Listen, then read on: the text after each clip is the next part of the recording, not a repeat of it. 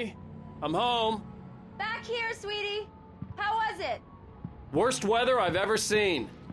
You should put some coffee on. It'll warm you up.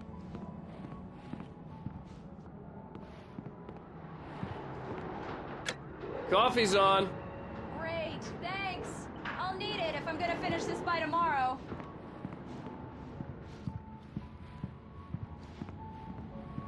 Oh, hey, I just finished those cover mock-ups. They're on your desk. Tell me what you think. No kidding. I didn't think you'd get them done this quickly. On occasion, I can perform all sorts of miracles, my dear. Oh, really? Well, you seemed to think so last night.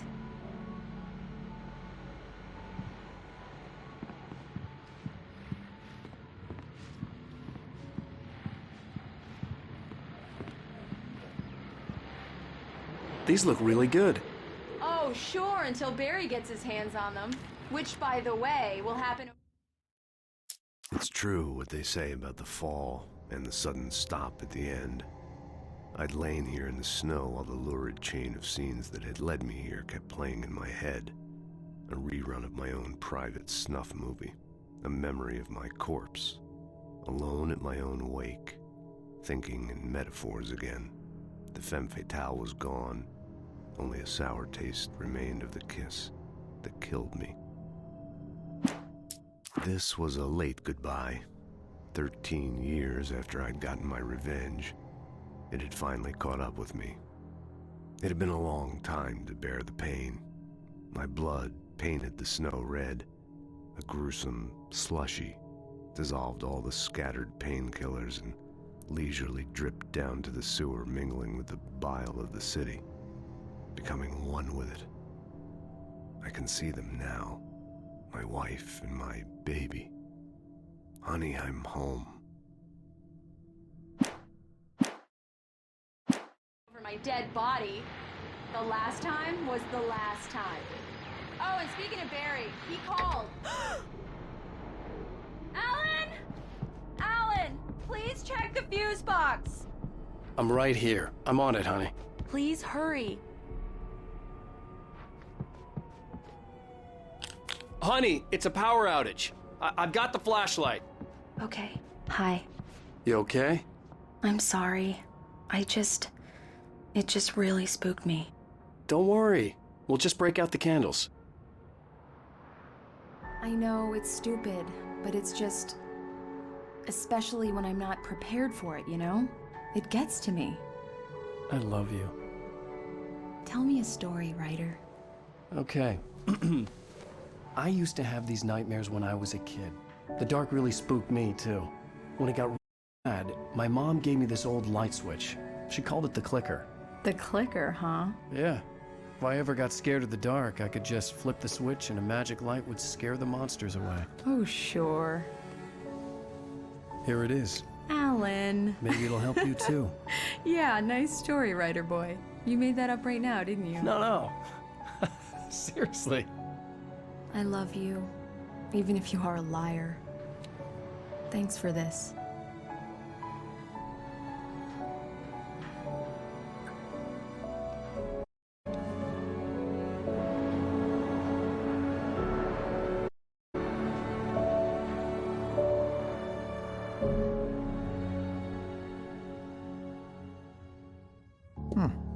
How do you feel, Mr. Wake? Any nausea, disorientation, anything like that?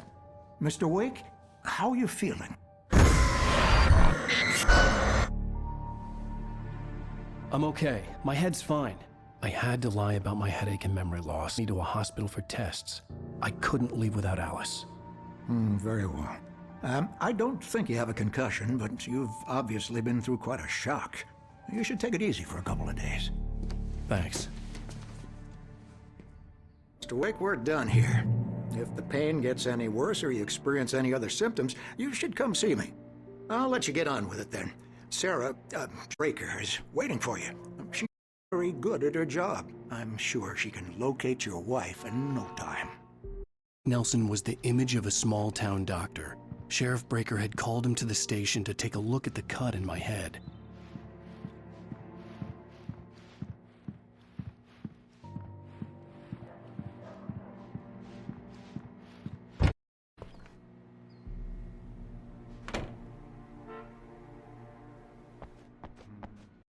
testing the lights, Miss Weaver. Everything seems to be fine. I don't have the luxury of being complacent, Deputy Grant. The bulbs will need changing soon. You can't change them in the dark. I'll take care of it, Miss Weaver. Have a nice day now. Very good. I'll come back later on to remind you, just in case. Mr. Wake, the sheriff is waiting for you in her office down the corridor. That was Cynthia Weaver. I guess you can call her the town eccentric. She used to be the editor of the local newspaper, but she's focused on, other things these days. She'd fit right in where I come from. As you can see, she's a little obsessed with maintaining the light bulbs of the whole town, refuses to step on shadows, things like that. Back in her day, she wrote about all sorts of weird things in the paper. It has a colorful history. Of course, what small town hasn't?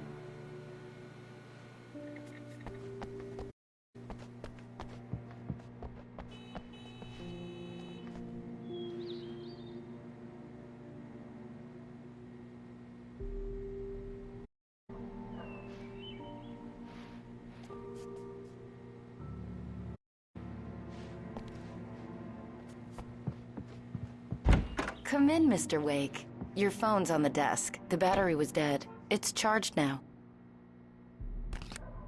Have you started looking for my wife yet? My men are already on it. Now, can you tell me what happened? I'm not sure. I can't remember. We were arguing. I walked out of the cabin. The cabin on Cauldron Lake? How did you end up at Stucky's gas station? I wanted to tell her what had happened last night, but I couldn't. She'd locked me up. Excuse me, I need to take this. Hello? Alan, please help me.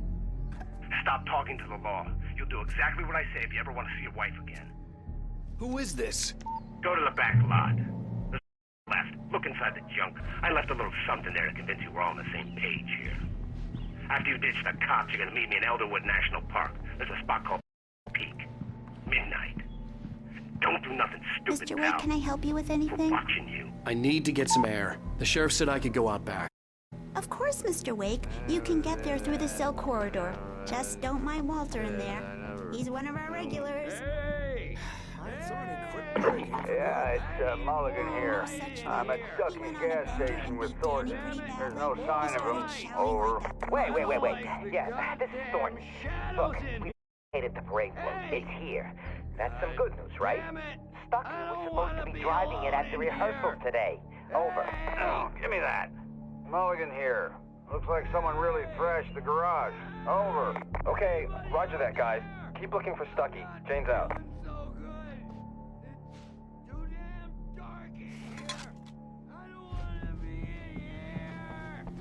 You can get to the back lot through that door and down the corridor, Mr. Wake. Thanks. I couldn't go anywhere yet. I had to play along with the caller. The parking Alice's lot is life through was that at stake. door and down the corridor. Pay no attention to Walter Snyder on your way.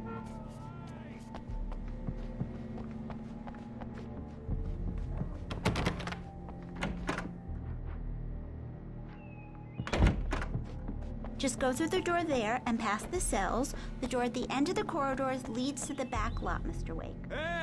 Hey, mister! Hey, can you turn the lights on? The deputies, they don't understand. They won't listen. I need it to be bright in here. Thank you, man, thank you. Hey, you're all right. You're a good guy. Don't let anybody tell you different. You know, I shouldn't even be in here. The cops, they got it. In spite of its human mask, to describe the dark presence as intelligent would have implied human qualities on something inhuman. It found the spot in the diner that was dark enough. Some light spilled into the corridor, but it took the pain. Horrible as it was, LaRune fixed that. He would be coming to the one place where it still had power. All wrong, see? Sure, I beat him up, but I wasn't drunk. The early morning light hurt my eyes and made my head ache. The man on the phone had said, "Go through the fence on the left."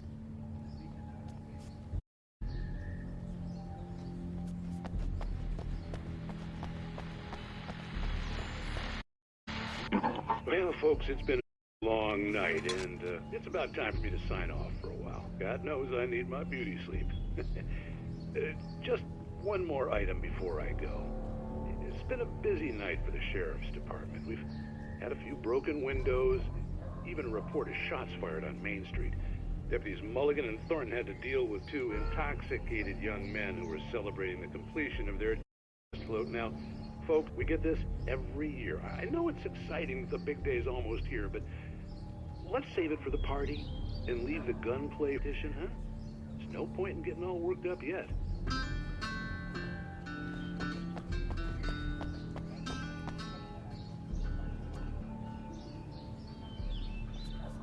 The caller had told me to find behind the police station. There was something for me in an abandoned car.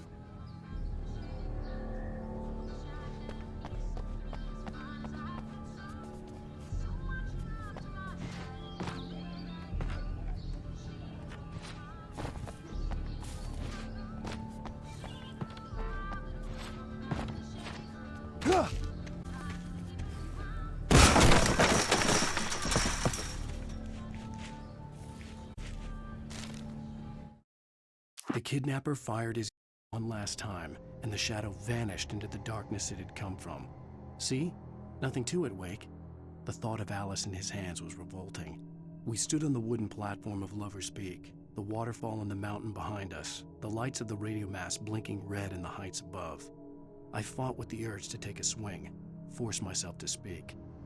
Let's cut the act now. Where's my wife?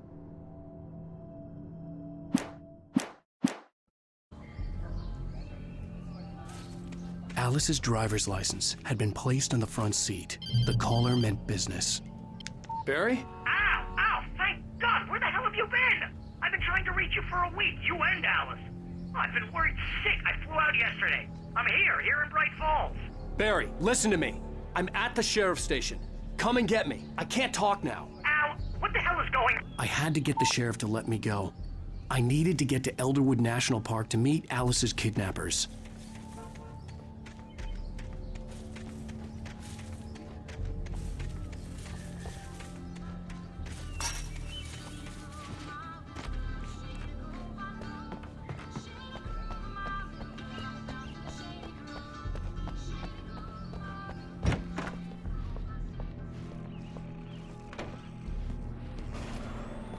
A writer is a light that reveals the world of his story from darkness, shapes it from nothingness. The way a sculptor carves a statue from a block of granite. If I stop, the world I'm making dies. Darkness will reclaim it. It's a long, hard journey into the dark. Alice's life is at stake, but I can't think about that, or I'll lose it. The dread lingers at the edge of perception. I'll push on. Anything is possible here. I'll write the story. I'll save her. Marvelous, Sarah. I just wanted to settle all the damage the Anderson brothers might have inadvertently caused on their recent and regrettable little outing. They are not accountable for their actions, of course. I can assure you that my staff has been reprimanded. Tor and Odin never caused any trouble to anyone when they were still living at their farm. Indeed. All we can do is to slow down the progress of their dementia. Are you feeling any better, Mr. Wake? I'd like to leave. Am I free to go? Well, we still need to talk about... Am I under arrest? No, of course not. But I need to know where you'll be staying so I can get in touch with you. I'd avoid the motel. The Majestic is known for its roaches. The cabins at Elderwood are pretty nice, though. That sounds perfect. I'm Dr. Emil Hartman. I'd like to invite you to stay at Cauldron Lake Lodge. Did you talk to my wife? I had the pleasure of discussing your situation with her on several occasions. Did you set something up with her? I invited her here. My clinic is a place where... Oh! Hey! Oh, my! Take it easy. Hey, nobody move! Get your hands off of my client! Who are you? I'm Barry Wheeler, his agent. If you have business with Mr. Wake, you talk to me. You yokels won't know what hit you once I sick my lawyers on your asses. No harm done, Sarah. I'm all right. I don't want to press charges. Mr. Wake, my offer still stands. Get me out of here. What the hell was that about, Al? We don't need a replay of that thing with the paparazzi. I thought they were gonna lock you up.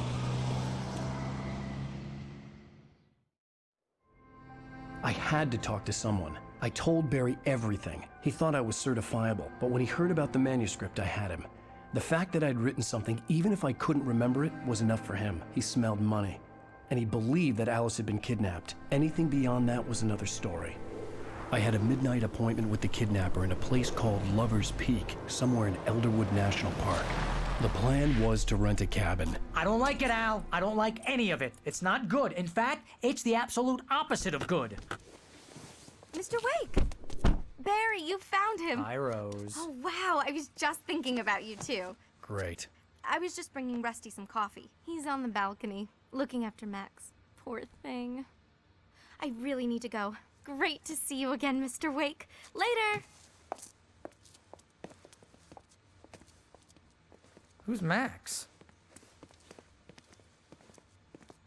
What an airhead. Jeez, Mr. Takes a Swing at everybody. This is not her fault. She's a very nice girl and, more importantly, a fan.